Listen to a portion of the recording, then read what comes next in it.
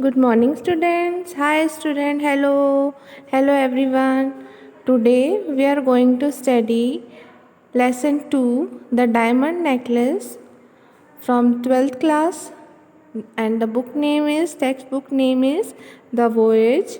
And students, today we are going to study about the diamond necklace and what is the role of this necklace in this lesson and how the couple lived their life because of this necklace.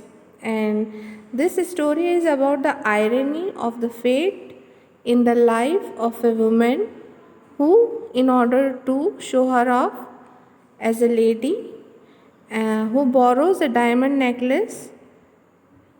Okay.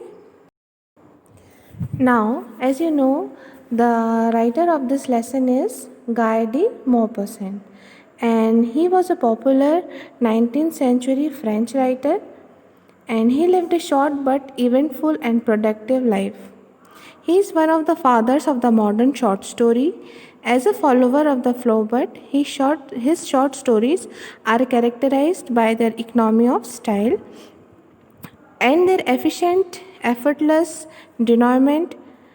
He also wrote 6 novels. He served as a model of Somerset Maugham, and O. Henry Maupassant took the subject for his pessimistic stories and novels, chiefly from the behavior of the upper class, the Franco-Prussian War, and the fashionable life of Paris. And he was a very famous writer of that time. Now, the three main characters of this lesson are: first is Madame Mathilde Loisel, second is Monsieur Loisel, and third is Madame Jean Forestier. Now, first we are going to see the details of Mathilde Loisel. She was a beautiful woman who yearns for a life of luxury and wealth.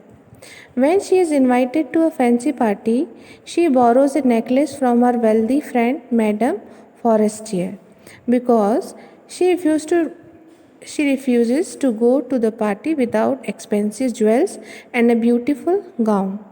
After a night of happiness during which she immerses herself in the life of glamour that she believes she deserves, she spent the next 10 years paying for her fleeting happiness as a result of losing the borrowed necklace. And our second character is Monsieur Loisel, Mathilde's devoted husband who is content with his humble lifestyle. He was the husband of Mathilde Loisel, and he finds it completely incomprehensible that Mathilde does not accept their lifestyle.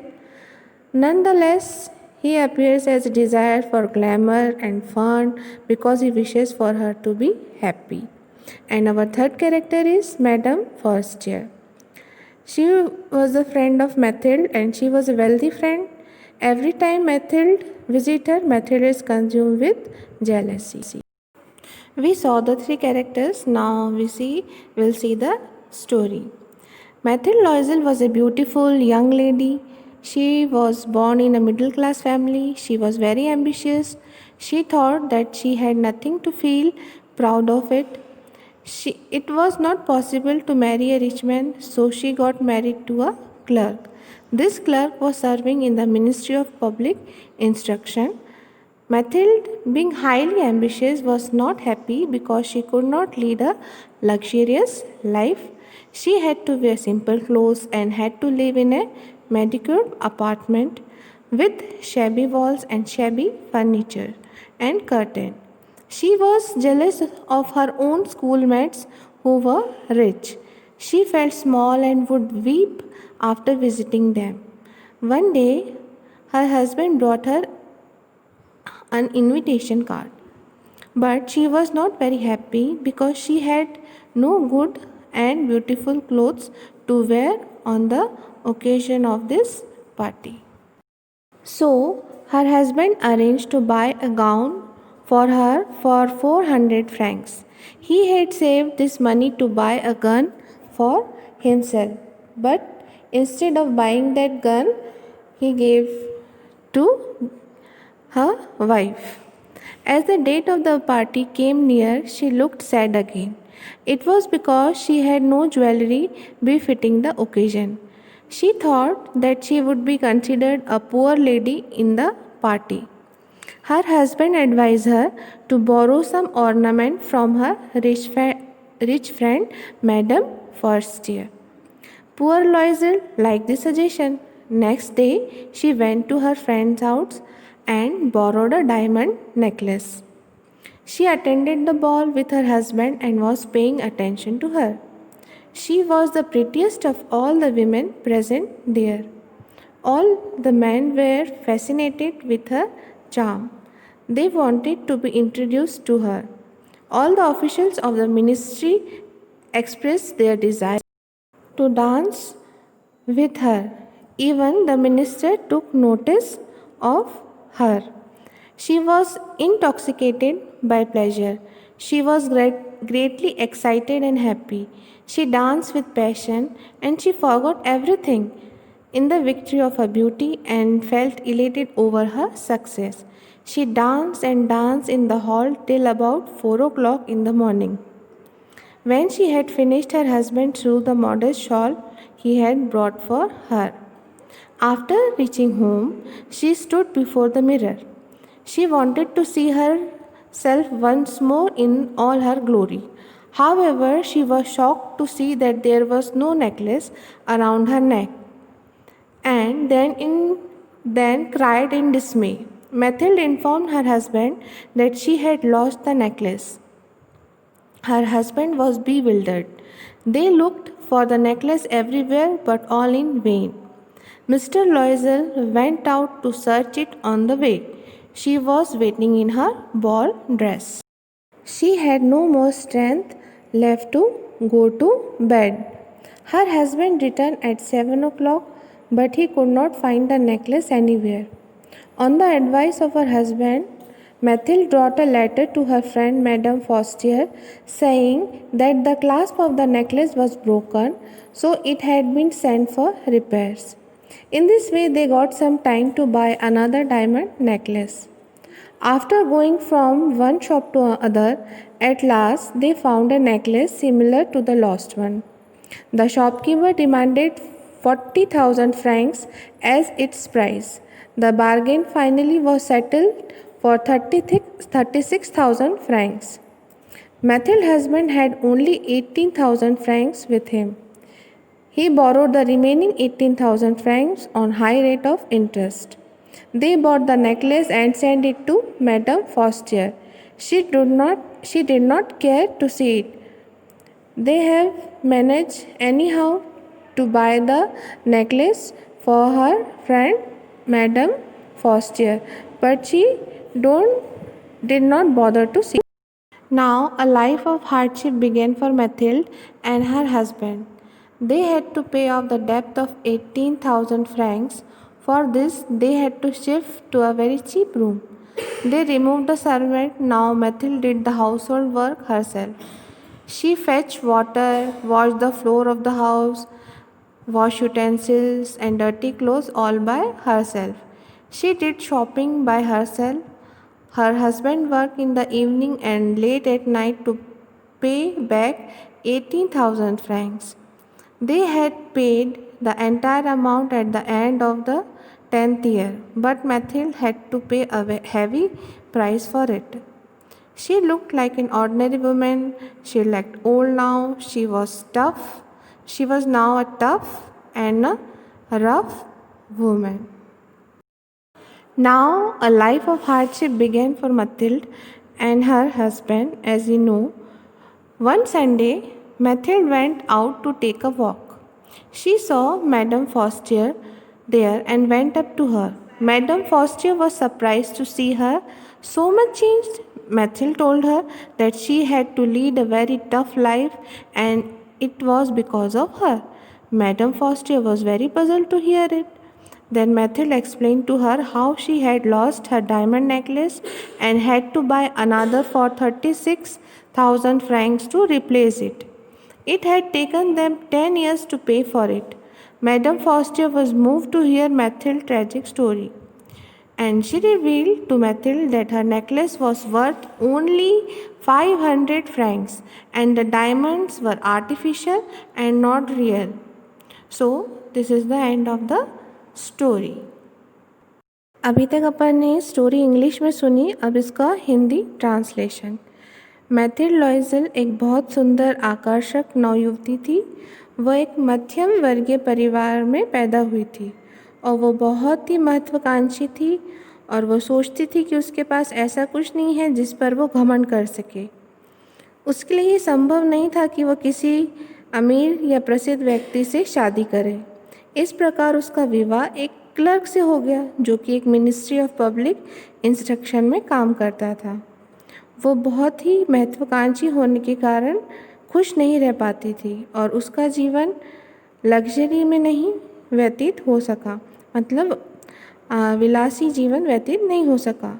वो साधारण कपड़े पहना करती थी और मध्यम श्रेणी के एक छोटे से कमरे में रहती थी जिसकी दीवारें बहुत ही पुरानी थी और वह अपने स्कूल में पढ़ने वाले सारी फ्रेंड से जलन और ईर्ष्या रखती थी क्योंकि वो सब अमीर थे और ये गरीब थी।